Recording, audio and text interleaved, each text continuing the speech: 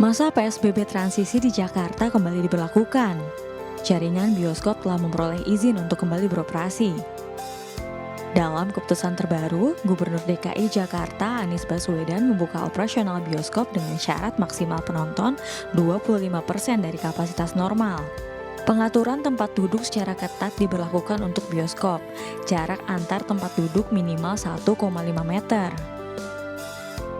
Pengelola bioskop juga wajib mentaati sejumlah protokol kesehatan, di antaranya mengatur jarak pengunjung mulai dari antrean masuk dan keluar gedung bioskop, hingga jarak kursi antar penonton saat di dalam studio bioskop. Untuk pemutaran film, durasi hanya dibatasi maksimal 2 jam. Pengunjung juga wajib selalu mengenakan masker dan diimbau tidak makan dan minum selama pemutaran film berlangsung. Pengelola juga wajib menjual tiket secara online dan wajib menyediakan perlengkapan protokol kesehatan seperti tempat cuci tangan, pengukur suhu, hand sanitizer, dan wajib menjamin pelaksanaan protokol kesehatan di lingkungan gedung bioskop. Selain bioskop, Pemprov DKI Jakarta juga mengizinkan sektor pariwisata kembali beroperasi. Namun pengunjung yang hadir harus tetap menjalankan protokol kesehatan, seperti menggunakan masker, menjaga jarak, dan selalu mencuci tangan. Selain itu, pembelian tiket juga harus dilakukan secara daring dan pembatasan usia pengunjung dilakukan. Pengunjung di bawah 9 tahun dan di atas 60 tahun dilarang masuk ke tempat wisata. Lantas, akankah penerapan protokol kesehatan dapat dilakukan secara ketat baik di bioskop maupun di tempat wisata? Kini kita akan ulas lebih jauh selengkapnya di Indonesia Bicara. Ya, penerapan PSBB transisi di Jakarta dilakukan hingga 2 pekan ke depan. Bioskop menjadi salah satu sektor usaha yang diizinkan kembali beroperasi. Selain itu, DKI Jakarta mengizinkan sektor pariwisata beroperasi kembali, namun pengunjung yang hadir harus tetap menjalankan protokol kesehatan yang ketat. Dan saya Herjuno Syaputra, kita akan berbincang lebih jauh terkait wisata aman tanpa corona. Langsung saja saya perkenalkan narasumber kita malam hari ini. Di segmen awal saya akan berbincang dengan sudah ada di layar, ada Ibu Sada Silalahi, Kabag Humas TMII. Selamat malam, Ibu Sada. Selamat malam, Mas. Apa Selamat kabar? Malam, alhamdulillah Cantik sehat. sekali pakai baju batik birunya. Iya. Iya, Ibu. Baju Indonesia. Betul. Saya kalau bicara, sebelum kita bahas ini, Taman Mini itu punya special space in my heart, Ibu. Karena saya berapa kali ke Taman Mini waktu kecil, karena kakek tinggal situ, kita udah sempat ngobrol. Ada yang berubah nggak sih, Bu, dari Taman Mini sekarang? Dari tahun berapa dulu, Mas? The last time saya ke sana, ya, I don't know ya, mungkin umur 90-an ya. Sudah banyak yang berubah, berarti. Berarti harus datang lagi ke Taman Mini Indonesia Indah. Saya sih Sudah pengen banget ke Taman Mini ini lagi. Mau ke Istana Adak, and then ada danaunya ya, Keong Emas juga. Iya, Danau Archipel. Oke. Bu Sada, kita bicara wisata aman tanpa corona. Ibu tentu tahu bagaimana sekarang PSBB kembali ada relaksasi seperti itu dilonggarkan, salah satunya tempat wisata. Sebelum kita bicara detail bagaimana Taman Mini menyikapinya ini, Anda sendiri melihat kebijakan ini seperti apa, Bu? Ya, memang situasinya sudah seperti ini ya, Mas. Yang terkonfirmasi masih tinggi, tetapi masyarakat juga masih banyak yang menganggap enteng dengan keadaan yang seperti ini. Kadang banyak kita lihat di jalan juga banyak yang terjaring razia tidak pakai masker. Kesadaran kita memang masih kurang ya. Oke, baik. Tetapi saya lihat pemerintah sudah berupaya sekali sih, Mas. Bagaimana caranya mencegah penyebaran COVID-19 ini. Kembali lagi ya, Bu, kepada public disiplin ya. Kita bagaimana harus mengedukasi masyarakat. Nah, kalau bicara Taman Mini, Bu, bagaimana Taman Mini menerapkan protokol kesehatan? Karena kan kita tahu beberapa tempat wisata diperbolehkan untuk sekarang, dan Taman Mini sendiri seperti apa, Bu, protokol kesehatannya? Ya, di masa transisi yang kedua ini kan kita buka tanggal 12 Oktober hari Senin kemarin. Sesuai anjuran pemerintah bahwa tempat wisata sudah boleh dibuka kembali untuk umum, tetapi dengan syarat-syarat tertentu. Misalnya hanya 25% dari kapasitas. Kemudian juga usia di bawah 9 tahun dan di atas 60 tahun kita anjurkan tidak berkunjung dulu ke Taman Mini Indonesia Indah. Sementara saat ini protokol kesehatan semakin kita perketat, Mas. Dari pintu masuk aja kendaraan, motor maupun mobil sudah disemprot dulu dengan disinfektan. Kemudian tiket harus lewat daring. Daring. Iya. Dan kemudian pengunjung juga dicek suhu tubuh, mencuci tangan atau memakai hand sanitizer.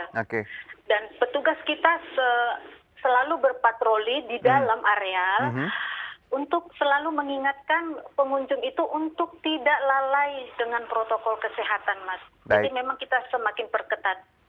Jadi 25% jumlahnya yang diperbolehkan. Lalu tadi untuk memastikan semuanya berjalan dengan tepat seperti itu. Petugas ini terus ya Bu ya untuk memantau seperti itu ya? Betul. Nah kalau kedapatan ada yang melanggar Bu atau seperti apa? Ada sanksi atau teguran seperti apa yang akan dilakukan petugas?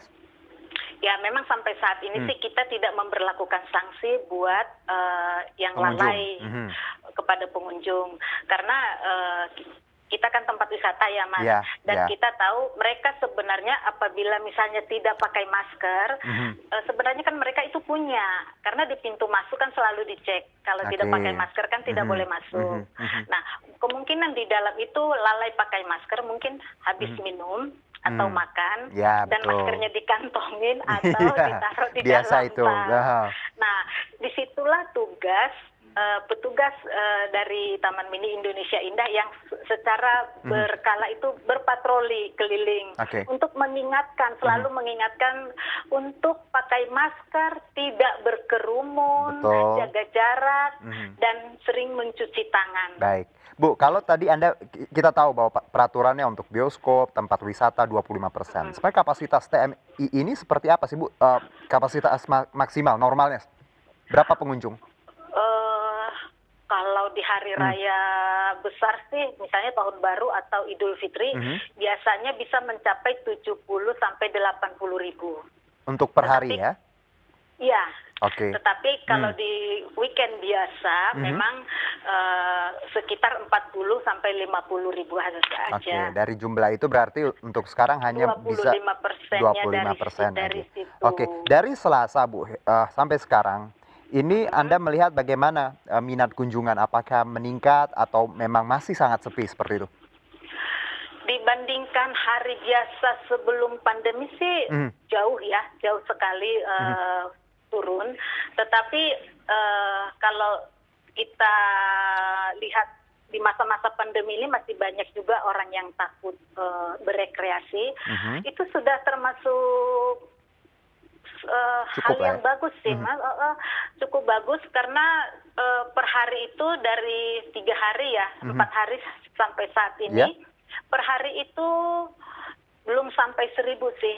Tapi lumayan animo masyarakat sih masih cukup bagus karena di dalam mereka bisa bersepeda, jalan santai, menghirup udara segar gitu. Justru sebenarnya kalau agak sepi ini masyarakat yang mungkin ingin ke Taman Mini atau tempat wisata lain, justru ini salah satu pilihan yang tepat ya Bu, karena tidak berkerumun, masih enak juga, nggak antri kalau mungkin mau masuk wahana atau rumah adat seperti itu ya. Betul Mas.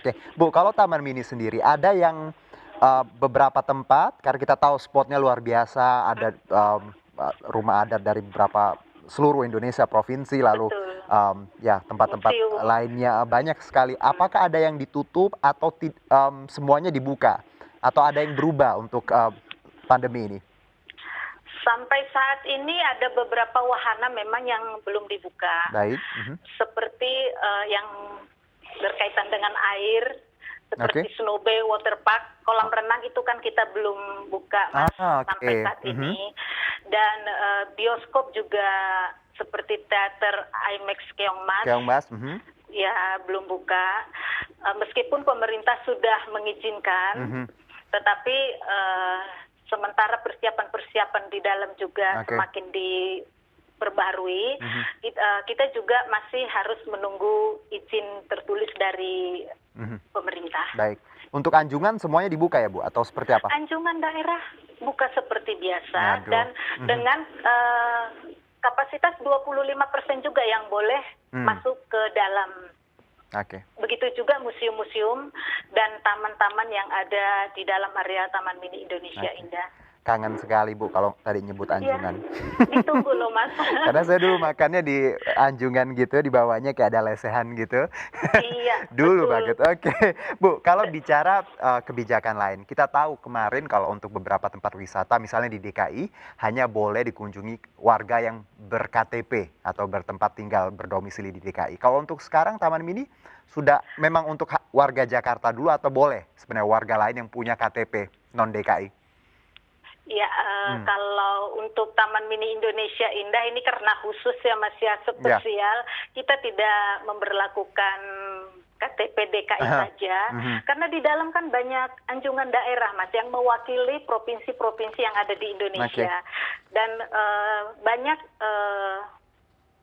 dari daerah yang dinas atau bertugas ke Jakarta dan mampir ke anjungan daerahnya. Ya otomatis kan kita tidak bisa hanya KTP DKI saja gitu. Oke. Jadi yang penting kita Karena menaati protokol tadi ya Bu ya. Iya betul. Itu Siapapun yang boleh perlu. ke Taman Mini asal tadi menerapkan protokol kesehatan dan tentunya dalam keadaan yang sehat ya Bu. Kalau sakit mending di rumah. jangan berwisata dulu. Nah, bicara tiket Bu, mungkin ini dari tadi teman-teman kita yang nonton sekarang, aduh, ada ke-trigger nih, aduh mau ke Taman Mini mumpung sepi, mumpung juga enak. Tiket ada yang berubah seperti itu Bu?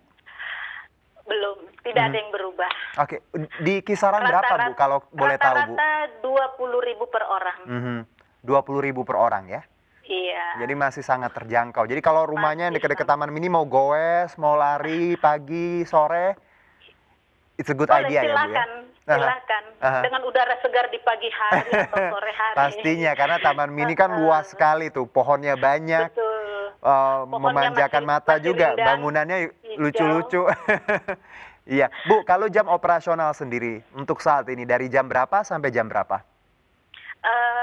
Seperti biasa sih Mas, dari pukul 8 pagi sampai pukul 16 untuk penerimaan tiket.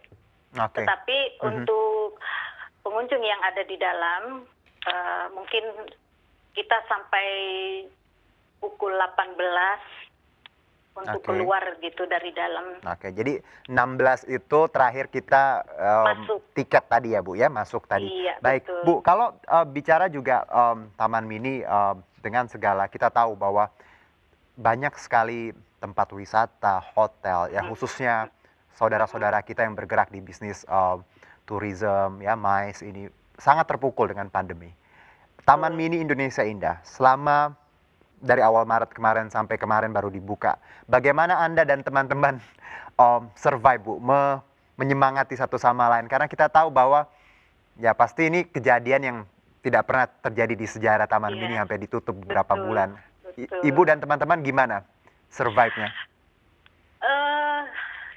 Karena kita begini Mas, karena kita menyadari yang mengalami ini bukan kita saja. Betul.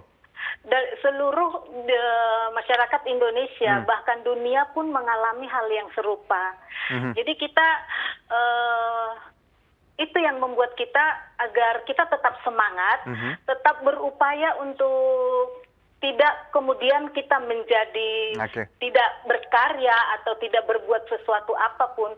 Kegiatan kita tetap berjalan dengan virtual. Jadi bukan berarti Taman Mini tutup, kita lantas tidak ngapa-ngapain. Kita saling memberi semangat karena kita sadar ini memang semuanya mengalami hal yang seperti ini, Mas. Betul, Bu. Sama-sama kita kerjasama ya, Bu ya. Insya Allah semuanya bisa kembali normal setelah kita nanti ada vaksin segala macam. Karena kita juga rindu untuk beraktivitas, berwisata ke Taman Mini. Saya sih tanggal 31 mau ke Teater Tanah Air, Bu. Nanti ada acara. Kita tunggu Mas, harus mampir. Saya Harus nanti mampir coba ke kita. karena ada acara lumayan gede untuk di Teater Tanah Air dan memang itu salah satu teater yang bagus ya Bu ya dengan perlengkapannya segala macam. Ibu Cada, terima kasih atas waktunya dan juga insight-nya. Salam untuk semua teman-teman yang bekerja di Taman Mini, tetap semangat ya. Jangan putus asa. Semoga kita selalu dalam perlindungan Tuhan Yang Maha Esa. Terima kasih Bu. Amin. Sama-sama. Baik, demikianlah perbincangan kami di segmen pertama ini dengan Ibu Sada Silalahi, Kabak Humas TMI. Kita melihat bagaimana Taman Mini Indonesia Indah menerapkan semua protokol kesehatannya yang mulai dibuka tanggal 13 Oktober Selasa lalu. Dan di segmen selanjutnya saya juga akan berbincang dengan pengelola tempat pariwisata juga dan juga seorang epidemiolog. Tetap bersama kami di Indonesia Bicara.